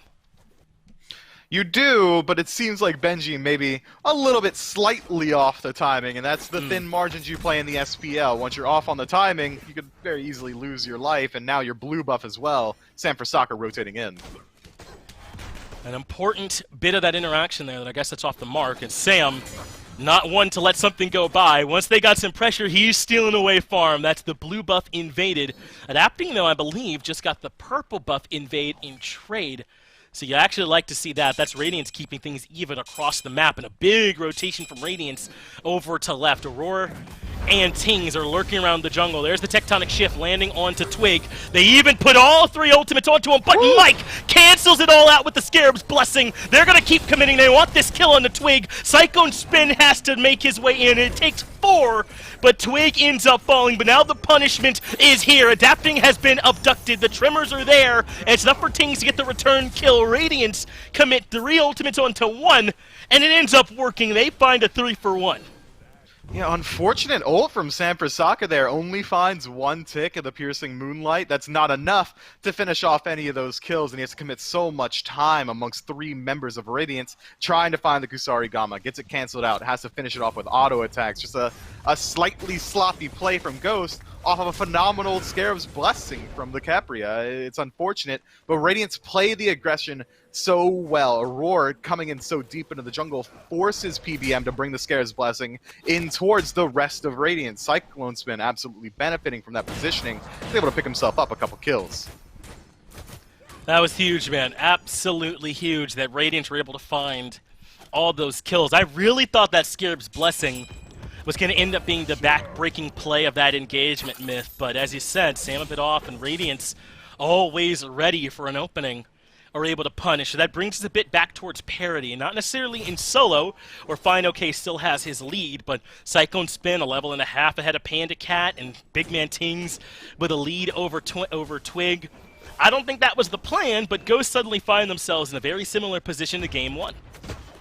They do, but this time at least not as far down. Radiance not even too far ahead as Ghost Gaming continues to find this onslaught of pressure in solo, playing around their biggest player. Oh, that's just so much damage into Benji. With just the Soul Eater, if he's not using abilities, there's no effective tankiness there for him. He gets it by way of that sustain and the Wukong passive, but Ghost know where their advantage is, Myth, and they pressure it effectively. Another blue buff invade, and they pull attention over. There's no more pressure into Panda Cat, at least from anyone else. Though I think Cyclone Spin represents enough on his own over here. Yeah, I mean, you don't want to fight around Cyclone Spin. He's got a 3-level lead in the duo lane. Panda Cat is essentially a non-factor in comparison to this set right now, so I don't think Ghost is really willing to commit any resources over there. There's a point where you can say to yourself, okay, if we go over, we might be able to help, but that many levels, it's too hard. Blink ult from Tings, that has Captain Twig low, blink in from a roar, but Mike was waiting. Scare's blessing again as he serves as Twig's bodyguard. Good searing pain, but a roar too tanky for that to be the killing blow. So the ultimate comes out from Sam. The damage, not enough onto Aurora. He ends up landing back in the backline, but Fine OK's rotation nets them one. Sam for Soccer gets them two, but Cyclone Spin level 12 is here to say hello, and I think Fine OK doesn't want that greeting. Lord of the Afterlife gets him over the wall, but the skewer is better from Cyclone Spin. That's a double as he's controlling the map right now. He is, man. Cyclone Spin diff. Everywhere he goes is carnage around him. 4-0 this quickly in the game, representing about 80% of his team's kills. Right now, Panda Cat's only play is to sit in lane, farm up, and hope Cyclone Spin doesn't come back, because he's not winning the 1v1 and he's not matching the pressure of the rotation. That's huge there, man, that Cyclone Spin is having this much of an impact. They need it from him. 4-0-1 on this set ADC, and I've been a vocal disbeliever in how much set we've been seeing, but this is what he can look like sometimes when he's able to get that lead. I mean, 3 levels ahead of Panda Cat is absurd, Myth, and I don't know anyone on the map who can fight into him right now. I think, as you said, obviously Ghosts don't want to be over there, but Radiance should try and take as much action to that side of the map as they can. And it's a good lane to have pressure in. That's where the Gold Fury's at. Ghost Gaming might just elect to go for the Pyromancer if Radiance decide to pull it from themselves, because fighting around this set, honestly, is such a bad idea. Luckily, he is slightly single target leaning. The AoE from his first ability is hard to land in collateral, so it makes it easier for Polar Bear Mike to get those Scarab's blessings off. But even then, look at the positioning for Panda Cat, and he might even be too far forward still. Does have a little bit of backup from Mike lurking in the wings. He's been great with these Scarab's blessings so far this set. Mike has, and he's lurking in case that's needed up against Cyclone Spin here, but doesn't end up coming up. Panda Cat plays defensively back, and Ghost are actually able to make a play on the right side of the map. We forget Fine OK is almost as ahead as Cyclone Spin is. Almost, not quite. As Radiance look for a red buff invade. There's just more farm on the left, though, Myth. Even though you're stealing blue and pyro, we've got red, purple, Gold Fury, all this stuff that Radiance can control. They're going to put that to work. They're starting up the Gold Fury. Ghost Gaming are making their way in. At least Mike is. And that is enough. Radiance, again, cautious on the Fury, and they drop it. They have to respect Captain Twig right now. The Searing Pain is so versatile at stealing away these objectives. As long as he's alive and on that side of the map, I think Radiance would be much more comfortable looking for the engagement rather than coin-tossing the objective. Luckily, they've got the tools to dive in onto him. If he steps up too far, Big Man Tings can stun from a range. If he makes eye contact with Cyclone Spin, that's about all he's going to be able to do, because he's not going to return any damage before he dies. I think that Radiance have a lot of pressure over here. It's just how are they going to be able to use it? The only one with a sizable lead is Cyclone. Otherwise, the rest of Radiance is either behind or even. Yeah, I mean, if you still think it would be a 50-50 with the lead, I mean, Captain Twig's confirm is so good, right?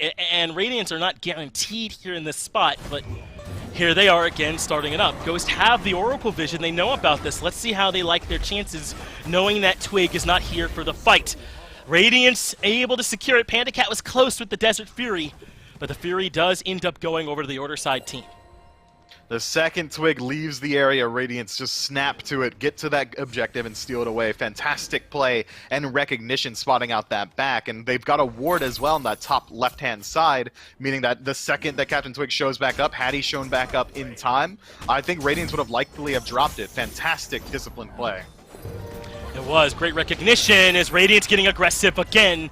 They drop the Waxing Moon. Sam ends up low, even using the ultimate on the tail end. Fine OK as well. And this is Radiance trying to be here to defend the blue buff to help Benji out a little bit. And they have done exactly that. Now adapting on the blue buff, Ghost forced to retreat. And this is another big play from Radiance here, Myth. They need to not only exert that pressure on duo, but now kind of defending the solo side a bit more. That's big. And Benji's already passively starting to even up that gap. That Soul Leader gets stacked up, so now that bully potential from Final K has been largely mitigated. These neutral objectives going the way of Radiance have caught up Benji a couple levels as well. Now what was at 1.3 levels in favor of the Osiris is down to 1. The weakness of Radiance map has been essentially removed at this point. If they want to fight on the right side, I think they absolutely can. Certainly got all of that opportunity here at this point. As you can see from adapting that he's looking purely for this auto attack focused nemesis. It's stone cutting into the Toxic Blade. I feel like we've heard some discussion about maybe the power pin build versus just going this attack speed, or not even so much attack speed as auto attack focused build, and I think it's become clear which side of that fence adapting has landed on.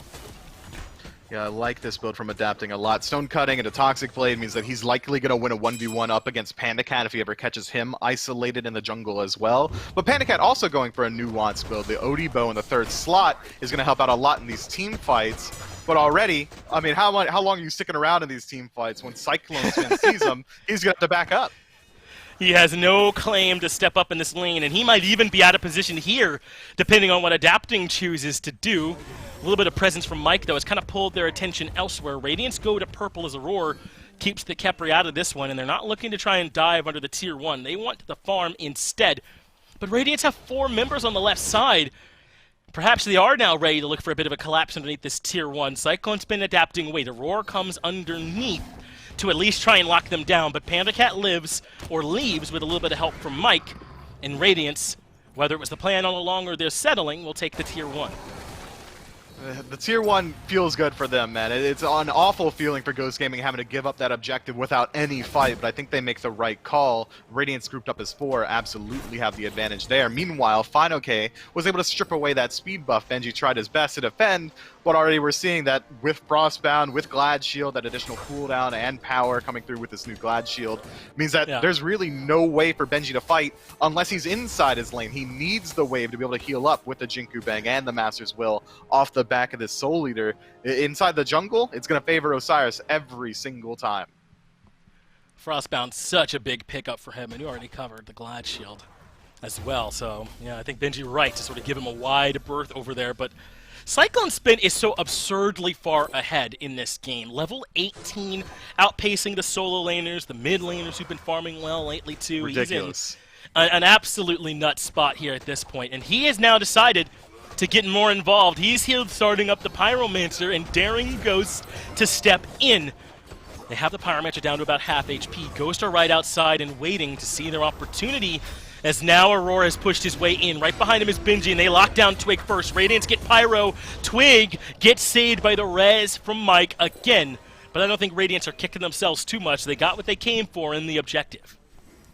Twig picked up Phantom for himself, but he was so hesitant to use it there that it forces out the Scarab's Blessing from Mike. Eventually he does use it, meaning that he loses out on that Relic and the ultimate ability from the Khepri. Maybe had to use it just ever so slightly sooner, you'd be able to maintain the other. But Panda Cat, doing the best that he can to catch up while there's a slight skirmish on the right side, is able to invade the purple buff and strip away the tier 1 tower inside of that duo lane, but could be a double-edged sword. If Cyclone Spin allows that wave to push into his own tower, Cyclone really doesn't need any more farm. He's level 19. He can go farm elsewhere, whereas Panda Cat kind of needs that gold still. So if he leaves it there, Panda's going to be forced to push in towards the enemy tier 2, and if he does that, he's going to lose his life to whoever decides to rotate over. This Fury up very shortly, and Radiance already laying the groundwork for it. Pushing up mid, dropping down a little bit of wardage on top of it as well. Looks like they've got a sentry there. But they have given up some of the positioning around it. That's not a huge deal. Radiance can probably just reclaim that. But Ghosts are starting up the Fury, and they already have it pulled towards their side. Final K now here, looking to see what he can do to keep them out. It'll be a full 5-on-5 for this one as Cyclone Spin goes to mid, perhaps looking to loop around or just keep that wave pushed up. But Sam comes to meet him either way. Cyclone Spin disengages, and now Radiance have the positioning around this Fury, and they look to starting it up, or at least getting the Oracle Vision, as Ghosts are lurking nearby. Yeah, they just show up, and that's enough presence for Ghost to be forced into respecting them and giving up that neutral defensive position. I like what Cyclone Spin's been doing, which is playing through the mid or through the side of the map, trying to play the solo agent style, essentially becoming a jungler for his team, and it works out if you look at his build. That's all burst potential off the back of hi-rez Lament. If he catches anyone isolated on the side of Ghost, no one's winning a fight against this guy. It's too much damage at this point, but PandaCat's done a great job of closing the gap a bit. He's been able to farm.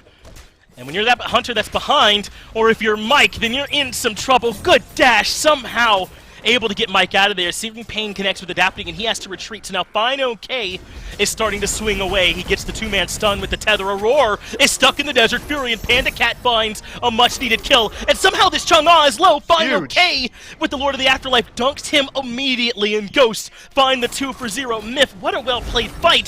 They somehow managed to avoid Cyclone Spin completely, take the Fury, and get the 2 for 0. And that's the only way they win the engagement that cleanly, is if they somehow find that one opportunity to fight when Cyclone Spin isn't there. Maybe a slight overcommit from Aurora, a fantastic punish from the rest of Ghost. PandaCat finds the Desert Fury off the smallest bit of CC and lands every single shot, returning that kill. Big man Tings was forced to step forward and try and defend his teammate, lose out on his life as well. And then from there, Radiance has to give up that objective. Now Ghost Gaming, who it's felt like has been just in the passenger seat waiting as the driver's Radiance played the entire time, finally closes up that gap and establishes a lead for themselves. 2,000, it's not a ton, but it's a start.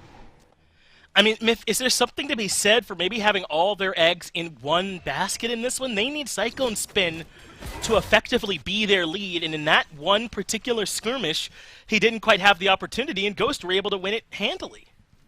It's not an ideal situation, but you can never admonish Radiance for having that situation arise. You pick this set so that he can pull ahead, and unfortunately for Radiance, is the only lane that really outperformed his lane opponent to that extent. Sure, it's not great, but it's the best case scenario for that draft. Set pulling ahead makes sense, but you need to have some way to fight outside of it, and having your limited mid lane mage inside of Chang'e, who's not so traditional and has to play at a much closer range, as well with your jungler being Nemesis, she's a very short-range god as well. I think that Radiance really is this, we need to dive in comp, we need to go, we're all holding W key, and it's not really working out for them against the sustained draft that Ghost Gaming brought.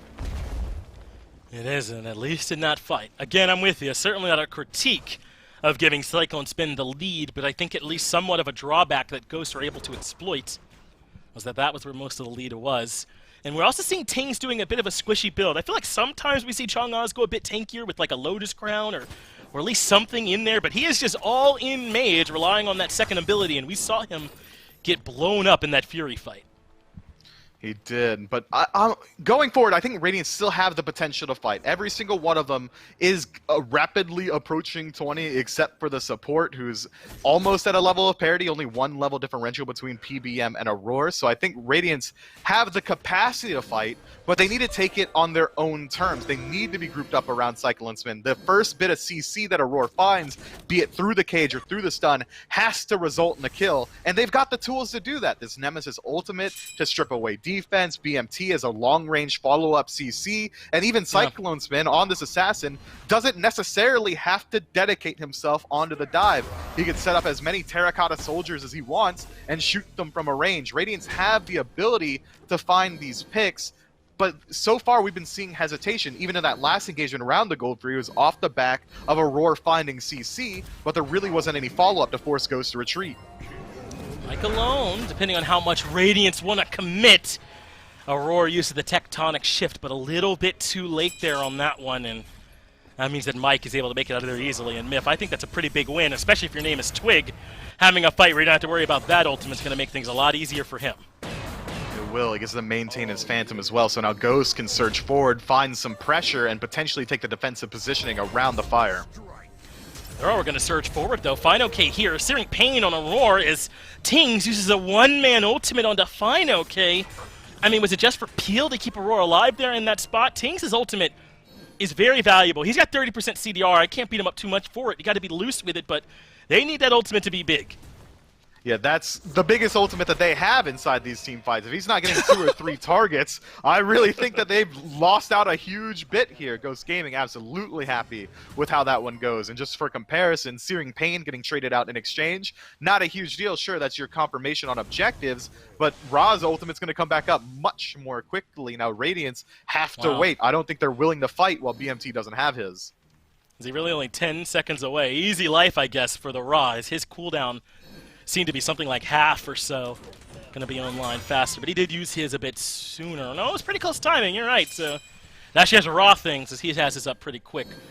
We'll see how this next Fury fight goes. Only 11 kills, Myth, in 24, 25-ish minutes here at this point. Yeah, it's down to 60 seconds here once he's maxed, plus the CDR that he's got. So we're starting to get into this late game here at this point, and Radiance have got to find a way to more consistently, I think, use their abilities well. The Tectonic Shift and the Waxing Moon didn't find much in that fight, and you saw how much that killed their fight potential. They're going to need those ultimates in particular to be pretty important. They really do, but it seems like they're still willing to play aggressive. Big Man Ting steps too far forward. Yeah, gets the beads forced out by Finok's slows, and I think he's right. Aurora in the backline is low and dies just after getting the Tectonic Shift off. Tings dies as well, used the Waxing Moon, but didn't find much value there as Sam falls to the damage from Cyclone Spin. Finok has the Scarab's Blessing, though, so he keeps up the chase. Abduct into damage. One of the easiest kills you'll see. It's a 3-for-1 now for Ghost Myth, and I think this Fire Giant might just be theirs. I don't see how Benji and Adapting can contest. Radiance disjointed engagement. If we were to drop a ping on the map where each one of these 3 members died, it'd draw a giant triangle around this Fire Giant. Aurora engages in the front line on his own, loses out on his life because there's no follow-up. Big Man Ting's left isolated in the back, falls in exchange as well. Cyclone Spin is able to tear back 1 kill, dropping Sam for Soccer, but trading out his life, being the most impactful member of his team, is almost never going to be value. Radiance needs to play together. They need to play off the CC that they have, be it from a range or at point blank. It doesn't matter as long as they're grouped. But if they take these disjointed fights ungrouped like we just saw, they're going to keep going exactly that way. Ghost Gaming win it cleanly. I wonder if Tings is going to get this back off in time. Yes, Adapting was there. Saw the Raw alone, but could not find the kill. Either that or didn't want to commit to it. But, Myth, you're right, man. Radiance have got to find a way to make these... If they're going to engage the fights a bit cleaner, but now that Ghosts are on the offense, I guess it's not about the engage, right? It's more about the coordination here for these for Radiance, and how well they can make sure they're focusing one target or at least being together and make sure they're following up here for one another, because that was not the look here for Radiance. And this has got to be frustrating. You have got to have felt that when Cyclone Spin was, 4 levels ahead of Panda Cat, that you were pretty high percentage to be able to close that one out if you could play around him, but Radiance couldn't execute it cleanly. I mean, they never rotated Cyclone Spin out, though. They didn't send him to mid to spread the wealth as they look for another fight on the left side. Ghost Gaming. Yeah, this is going to be a 5-on-2. Ghost has suddenly been caught out. Twig ends up falling, as does Mike. That was clean from Radiance, and perhaps just a mistake from Ghost. Maybe not a mistake, Myth, but they definitely didn't expect Radiance to group up as 5 and show up in left. They sure didn't. So now what is Ghost going to do? Are they going to continue their own push or respond to this push from Radiance? Radiance can keep going. They've got 40 seconds left on Twig, 30 on PBM. This might be a Phoenix Siege attempt, 5 versus 3.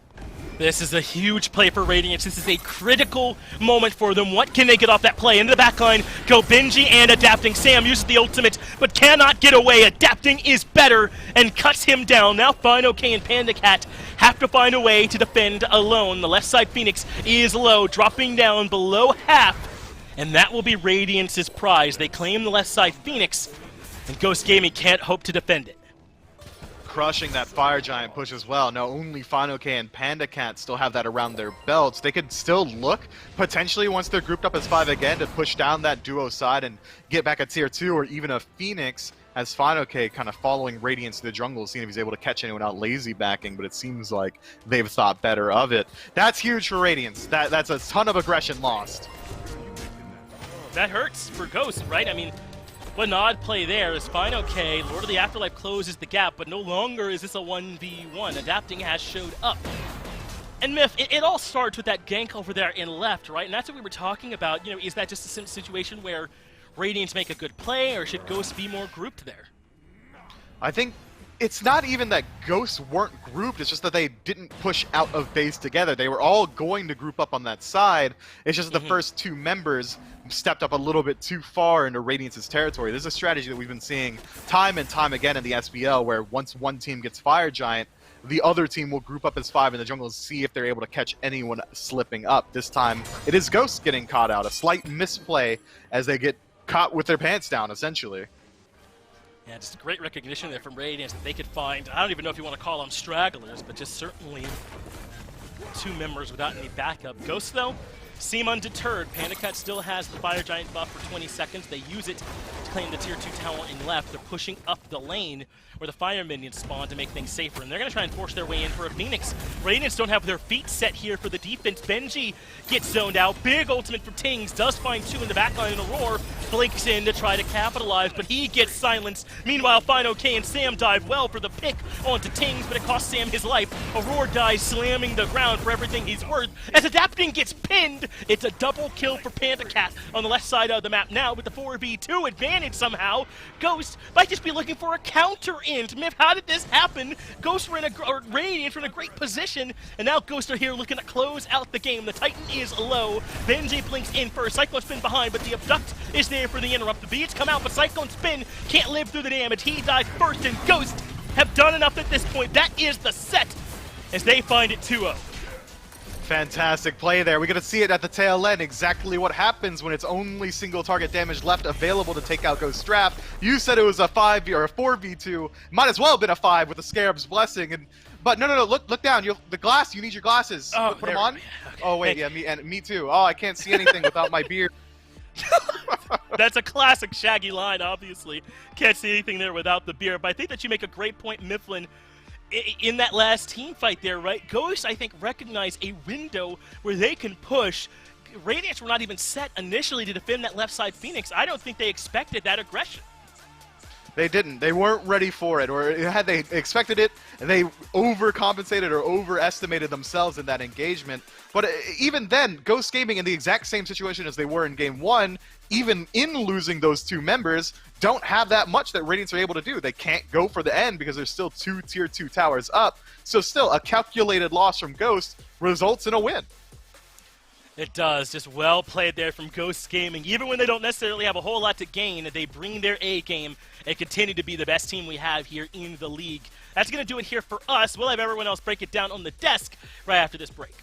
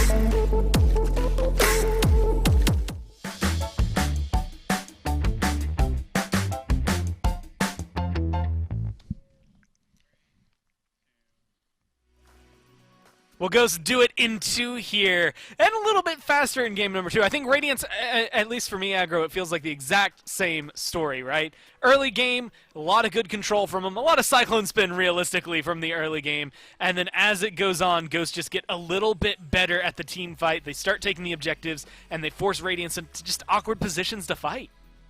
Absolutely. Cyclone Spin was doing so much in the early part of this game. I mean, he was up 2-3 levels on Panda Cat throughout the early game and did a whole lot to stay that way. He was owning in every single team fight, it felt like. He had a big rotation of mid a little bit earlier on, but Panda Cat had that veteran presence and understanding that, look, it doesn't matter if I'm super far behind in lane. My job is to pop off come team fight time, and Panda Cat did exactly that. Also made it a lot easier whenever Final K and PBM were playing the way that those two were playing. This front line for Ghost just really outperformed Radiance's front line here today. I mean, Final K with the solo kill obviously on Benji, but also the damage output, the amount of space he was creating in this game, and then how many times did PBM save lives in this one? I mean, it felt like every single time there was any sort of commit, not even an overcommit from Radiance. Any commit whatsoever was met with the Scarab's Blessing. I mean, it made it so much more difficult, right? It essentially is just a 6th life your team has. Mifflin had pointed it out at the very end of the cast there, but, you know, it was a 4v2 that was realistically a 5v2 because no matter what, someone was going to get saved. And again, I think it's that highlight that comes through. When you have an aggressive support, you always get to see where their impact is. When you have a passive support, the impact is more or less going to be how little deaths your team has, and I think that is what we got to see here. PBM, I want to say very active in play, even if it might not have been in kills, because of how much he did to keep his team going. And this is now 2 games in a row that Mike plays a non-aggressive, traditional, in the sense, support. And first Kepri, first Geb, then Kepri. Yeah, hey everyone, Scooby-Doo, by the way. The fact that he's going to be able to bring that level of play style into these playoffs, I think is going to be a new look for Ghost that makes them even more difficult to play against. I mean, instead of banning Hercules or Fenrir or something like that, Radiance banned Geb in the second phase, and then Mike still found a way to be impactful on a similar style. Well, hey, they win this one 2-0. A great way to end the season, right? You come through, not only are you first, but you get to go out on a hurrah. You try out some different comps, some different gods, and you still get yourselves a 2-0. But don't just take it from me. Let's hear from them themselves. We got Panda Cat standing by for an interview. Yeah, thanks, Gore. I got Panda Cat here with me. Panda Cat, man, I want to talk to you about you and Mike, particularly as a duo lane. Over like the last, 3 years, you guys have constantly been on these first-place finishing teams in your region or overall. What is it that you two have done together, man, that has made you so successful over so long?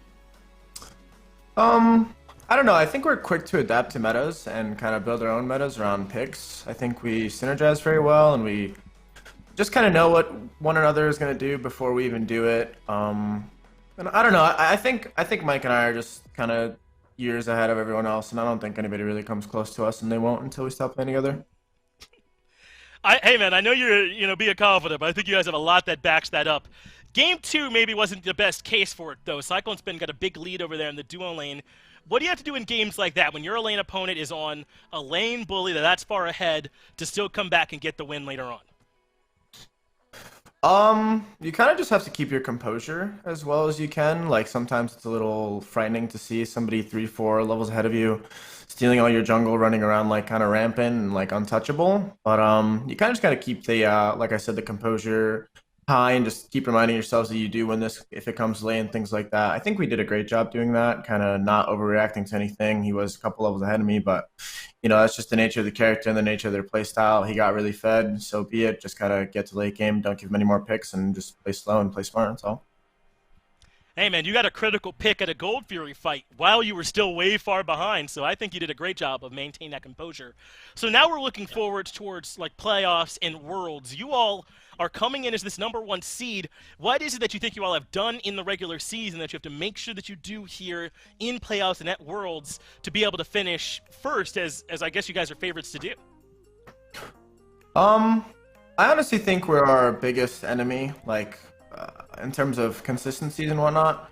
I think if we play the way we are capable of playing, I genuinely think we are pretty much unbeatable. I think when like Alex on his A days, like today, I mean, he really hard carried us. When Mike's playing like super well, when Ben and I are just 2v2 in the back line extremely well, and when obviously Sam's just always popping off. So if Sam's just having his, we'll call it his typical day, I think we're the strongest team coming into both the playoffs and the Worlds. It just depends on if we can manage to be consistent, if we can, you know, keep up with our drafts and play the way we actually want to play and play the game as we think it's meant to be played. So I'll just leave it at that. I don't want to like talk too much about what we want to keep doing and whatnot. Just you know, if we play how we know we can play and are capable of playing and have shown before, then I think we'll be able to take everything. So yeah. Do you have like maybe a dark horse that you think's going to show up at Worlds, or are we still too far out for you to know?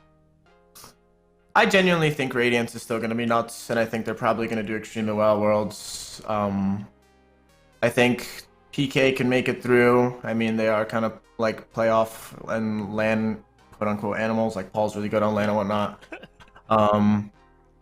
I think it's one of those two teams. I don't really see any other team just kind of like randomly. Maybe Sanguine, actually. Maybe Sanguine. I mean, last Worlds they had Haddix to play, and this year they have Yarkor, and Yarkor is an animal, so maybe they just have an insane set and just pop off. So I think it's one of those three teams if I were to choose. But I'm mostly looking at Radiance. I think they have a very unique playstyle, unique draft that can kind of catch teams off guard, kind of like it did to us today. Luckily, we didn't get snowballed and lose in 15 minutes, but I feel like that style of play, and if that scenario happens to another team, I think they will just be able to take sets and just kind of win games from that, like you know, that team comp and play style. So I think Radiance is going to be the quote-unquote dark horse, even though I think a lot of people know that they're an insane team.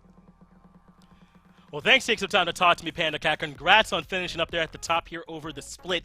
And we still have plenty more coming here today. It'll be a quick break. We'll be right back with more SPL.